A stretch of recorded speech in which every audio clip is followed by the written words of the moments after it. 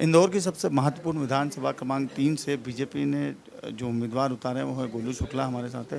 गोलू भाई, ये 3 नंबर है तो बीजेपी की, लेकिन ये आपके लिए तो बड़ा नई जगह है, बड़ा चैलेंज है। नहीं नहीं, मेरे लिए कोई नई जगह नहीं है भैया। मैं 10 साल तक इंदौर शहर का युवा मोर्चा का नगर अध्यक्ष रहा हूँ। 85 वार्डों में मेरा संपर्क है। पूरे इंदौर के कोने कोने से मैं वाकिफ़ हूँ और यहाँ पे बहुत युवा मोर्चा का 10 साल अध्यक्ष रहा हूँ मैं, तो समझ लो आपकी कितना संपर्क होगा मेरा। तो मेरे लिए कुछ नया नहीं है। और ये जो क्षेत्र है, ये मेरा जो मरी माता जहाँ मैं रहता हूँ वहीं से प्रारंभ होता है। वो मेरा गृह निवास है। मरी माता गणेश जी का मंदिर से लेके सब 3 नंबर विधानसभा में आता है जो पूरा। तो ऐसा कुछ नहीं है। प्राथमिकता क्या रहेगी आपकी?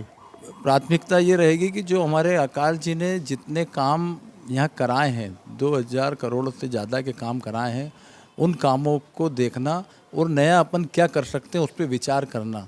अच्छा, ये पूरा व्यापारी वर्ग का क्षेत्र है, मंडी का क्षेत्र है, छावनी अनाज मंडी में क्या अपन नया कर सकते हैं उसकी बात करेंगे। अच्छा, कांग्रेस ये बात करती है कि वहाँ जो कांग्रेस पार्टी ये बात करती है कि वहाँ स्थानीय व्यक्ति जो 3 नंबर के उनको दिया जाना चाहिए, उधर से दीपक जोशी को दिया गया है, पिंटू को टिकट दिया गया है, तो क्या आप किस तरीके से देखते हैं? दीपक जोशी स्थानीय नहीं है, स्थानीय मैं हूँ यहाँ पर। मेरा जन्म मरी माता चौराहे पे हुआ है जो विधानसभा क्षेत्र क्रमांक 3 में आता है। दीपक जोशी MIG क्षेत्र में निवास करते हैं।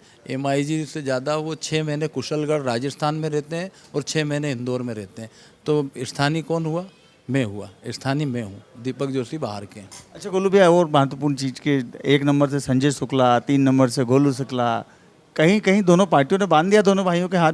नहीं नहीं, ऐसा नहीं है। वो कांग्रेस की विचारधारा से, मैं पिछले 25 साल से भारतीय जनता पार्टी का कार्यकर्ता हूँ। मैं वार्ड अध्यक्ष से लेके मंडल अध्यक्ष से लेके नगर अध्यक्ष से लेके विकास प्राधिकरण का उपाध्यक्ष तमाम पदों पे रहा हूँ और आज यहाँ पे मुझे भारतीय जनता पार्टी ने अवसर दिया है।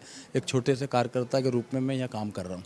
3 नंबर में गोलू भैया व्यापारिक क्षेत्र है, एक ट्रैफिक की बड़ी समस्या है वहाँ, उसके लिए क्या कदम उठाए? ट्रैफिक का प्लान हम सब लोग मिल बैठकर बनाएंगे कि ट्रैफिक के लिए क्या अच्छा कर सकते हैं। हमने स्वच्छता में तो इंदौर को 6 बार प्रथम स्थान दिला। अब ट्रैफिक पे ही जोर रहेगा कि 3 नंबर में जवाहर मार्ग पे भी एक ब्रिज बनाने का हमारा सोच रहे हैं। हम क्या अच्छे से अच्छा काम कर सकते हैं, करेंगे। अच्छा, एक बात और गोलू भैया, आज ये कही है कांग्रेस ने कि 2000 करोड़ के काम के लिए वो हम ऐसा दूरबीन बना ढूंढ रहे हैं कि अगर कोई 2000 करोड़ के काम बताए तो उसको 11,000 का इनाम दें। जो ऐसा बोल रहा है 2000 करोड़ के, मैं पूरा रिकॉर्ड मैं प्रमाण के दे दूंगा।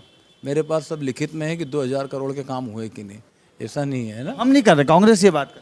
हाँ, कांग्रेस कह रही। कांग्रेस का काम ही विनाश की पार्टी है। कांग्रेस ने विनाश के अलावा किया क्या है? हमने 18 साल में इतना विकास किया कि टेम्पो से लेके मेट्रो तक पहुंच गए। हमारे वहाँ 2 ब्रिज थे, रिगल ब्रिज और एक अपना सरदार पटेल ब्रिज। उसके अलावा आज 15 ब्रिज हो गए इंदौर में। तो आज कांग्रेस के शासन में 2 घंटे बिजली मिलती थी, आज 24 घंटे बिजली मिल रही है। कांग्रेस के शासन में ना सड़क थी, सड़क में गड्ढे, गड्ढे में सड़क थी।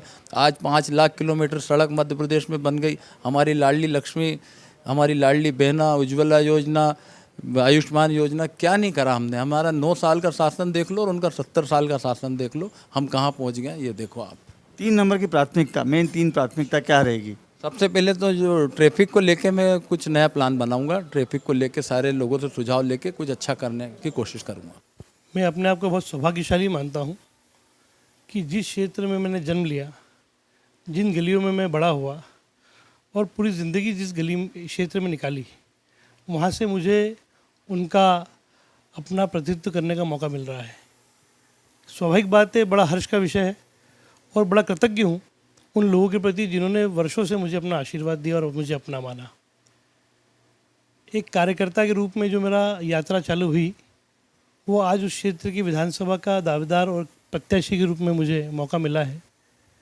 तो मैं बहुत अपने आप को, ईश्वर को प्रणाम करता हूँ और हर उस व्यक्ति का प्रणाम करता हूँ जिसने इस जीवन यात्रा में मुझे अपना आशीर्वाद दिया।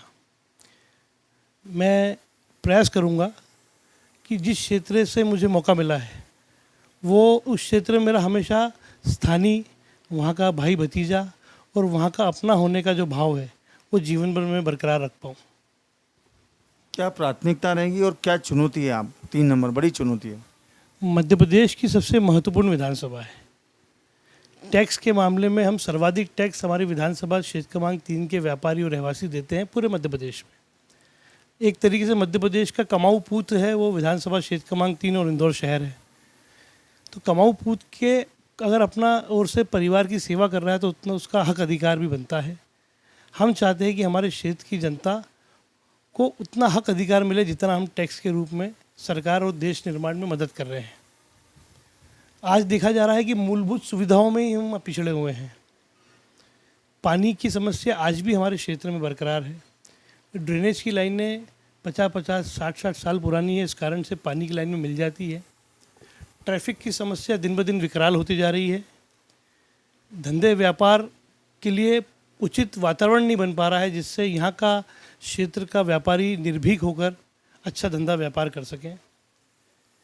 सड़कें एवं विकास कार्य पूरा विधानसभा 3 में के नाम पर खुदा हुआ है।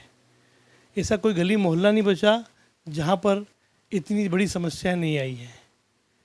मैं चाहता हूँ कि विधानसभा क्षेत्र क्रमांक 3 में सर्वप्रथम तो मूलभूत सुविधाओं का निवारण हो और एक विजन लेके हम क्षेत्र में जाएं कि 30 साल बाद, 20 साल बाद, 50 साल बाद हमारा इंदौर कैसा दिखेगा, क्या चुनौतियाँ हमारे सामने आएगी, क्या विषमताओं से हमें दो हाथ करने पड़ेंगे और आने वाले समय में हम ऐसी क्या उसके लिए फाउंडेशन आज से ही बना पाए जिससे हम भविष्य में अपने बच्चों को यहाँ लालन पालन कर सके और हमारे बच्चे भी अपने बच्चों को लालन पालन कर सके।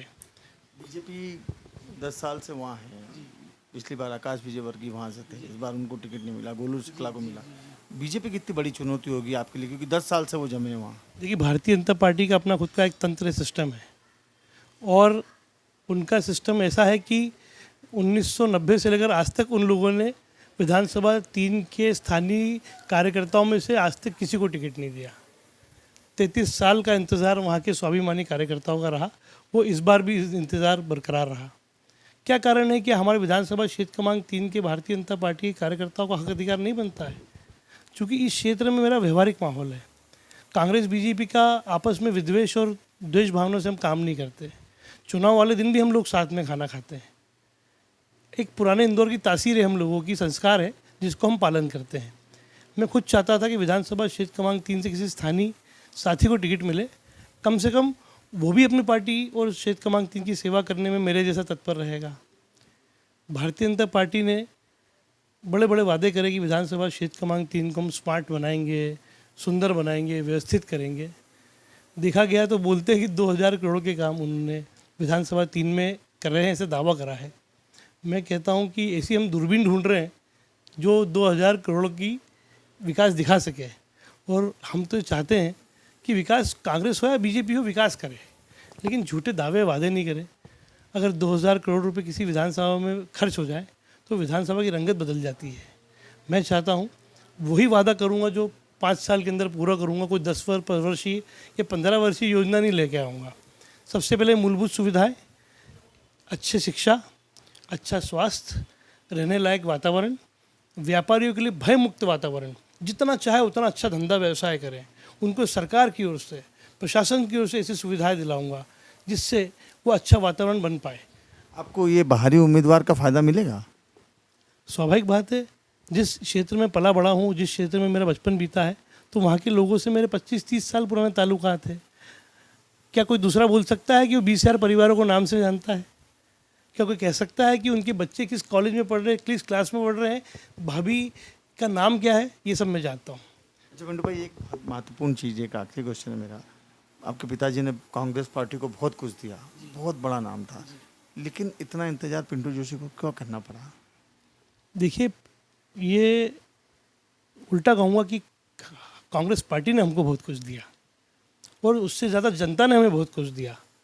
हम इस क्षेत्र को अपनी बपोती नहीं समझते, हम इस क्षेत्र को अपना समझते हैं और क्षेत्र के लोग हमको अपनी बपोती समझते हैं कि हमारे लोग हैं, हमारे लिए खड़े रहेंगे।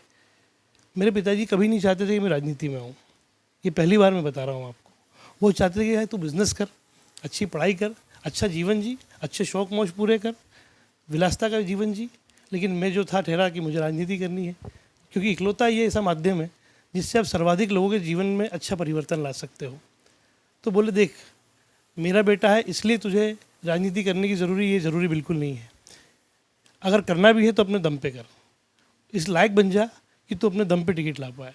आज मेरे स्वर्गीय पिताजी दुनिया में नहीं है, लेकिन जो वो मापदंड राजनीति के, स्वच्छ राजनीति की बना गए, ईमानदार राजनीति की बना गए, अपने लोगों की लड़ने वाली राजनीति के लिए बना गए, जिसको नहीं भी जानते उसकी सेवा करने का भाव रखने वाले मापदंड बना गए उसको मैं पूरा करूँगा, आगे बढ़ाऊँगा।